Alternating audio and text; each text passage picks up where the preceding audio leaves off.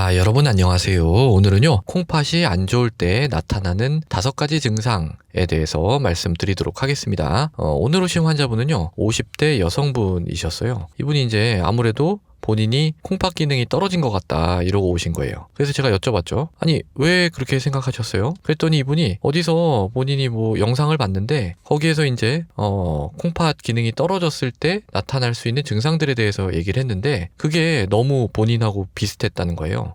그래서 이제 어떤 거냐 봤더니 대충 이런 식이었습니다.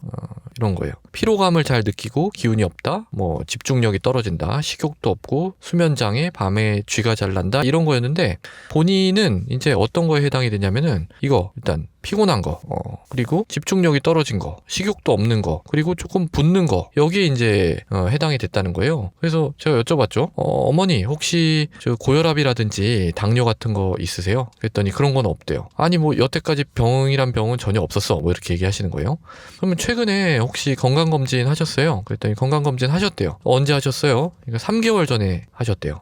그때 뭐 콩팥 기능이 안 좋다거나 뭐 그런 얘기 들으신 거 없으시죠? 그랬더니 그런 거는 뭐 들은 적 없는데 그러시는 거예요. 그래서 그러면 지금 3개월 하고 지금 사이에 뭐 몸이 안 좋아가지고 어디 입원하시거나 그런 적 없으시죠? 그랬더니 뭐 괜찮았어 이러시는 거예요. 그래서 저는 이분은 뭐 괜찮을 가능성이 높겠구나 이렇게 이제 생각을 했고 실제로도 검사에서 뭐 별 이상은 없었습니다. 자, 여러분들 우리가 병에 대해서 생각할 때 좀 뭘 생각을 해야 되냐면은 병마다 좀 핵심 포인트가 좀 달라요. 그러니까 어떤 병 같은 경우에는 증상이라고 하는 게 굉장히 중요한 병도 있고 어떤 거는 검사 소견이 중요한 것도 있고 어떤 건 원인이 중요한 병도 있고 이게 각각마다 다 다릅니다.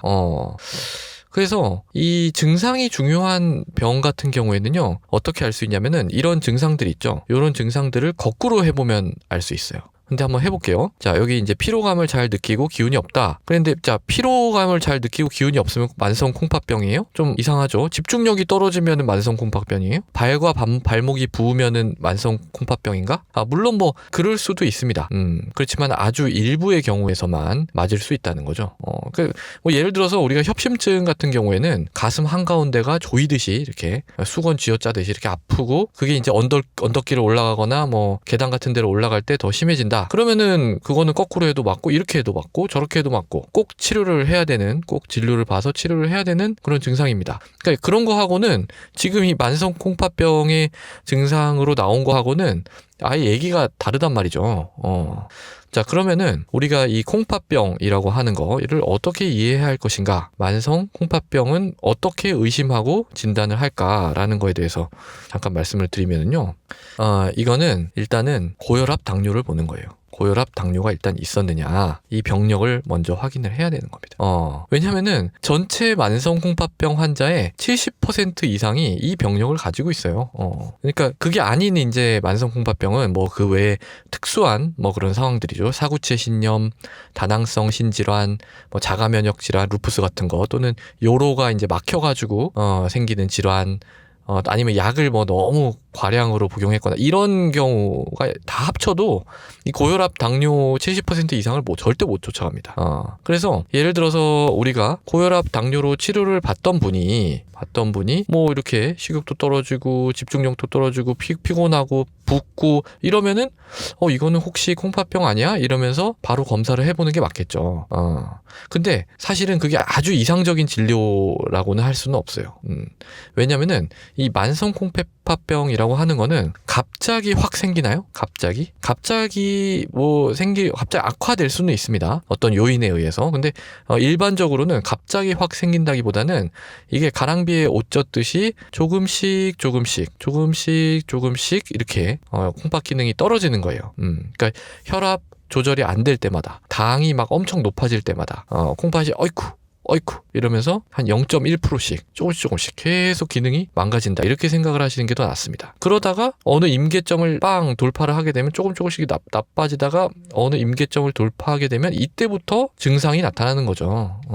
그러니까 이제 이게 증상이 나타날 때 이걸 발견하는 게 아니라요, 우리가 증상이 없을 이 앞단에서는 증상이 없단 말이에요. 증상이 없어요. 증상이 없을 때부터 계속 우리가 검사를 하면서 관리를 해나가야 되는 그런 개념에 해당이 됩니다.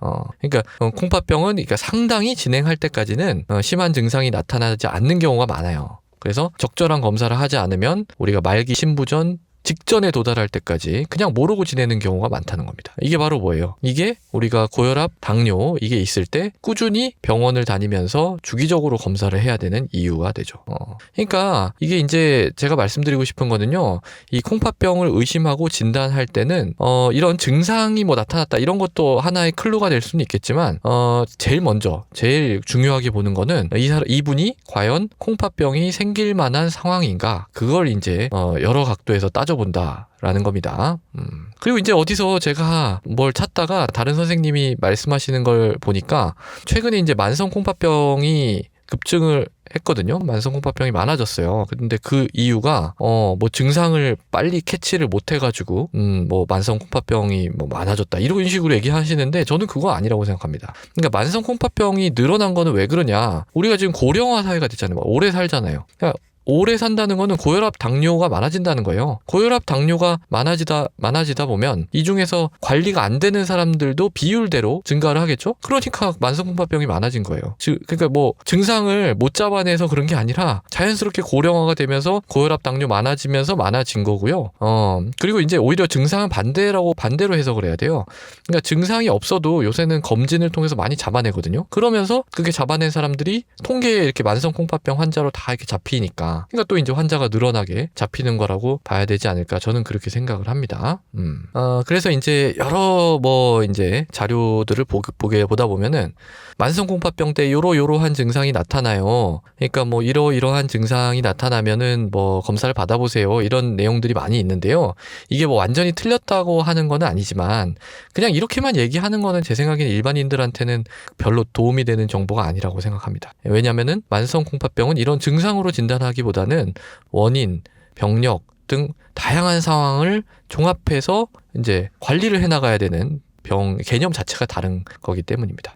자, 그러면은 나는 고혈압도 없고 당뇨도 없고 뭐 제가 아까 말씀드린 드문 자가면역이라든지 루푸스, 뭐 글로메룰로네프라이티스 또는 옵스트럭션, 폐색 뭐 이런 거 아무것도 없었어. 근데 이런 증상이 있어요. 그럼 어떻게 해야 될까요? 일단 뭔가 증상이 있으니까 검사를 해보는 것 자체는 크게 제가 반대하는 게 아닙니다. 근데 그 검사가 꼭 콩팥병을 의심해서 하는 게 아니라 다른 여러 가지 가능성이 있는 문제들에 대해서 포괄적으로 한번 점검을 해볼 수가 있는 거예요.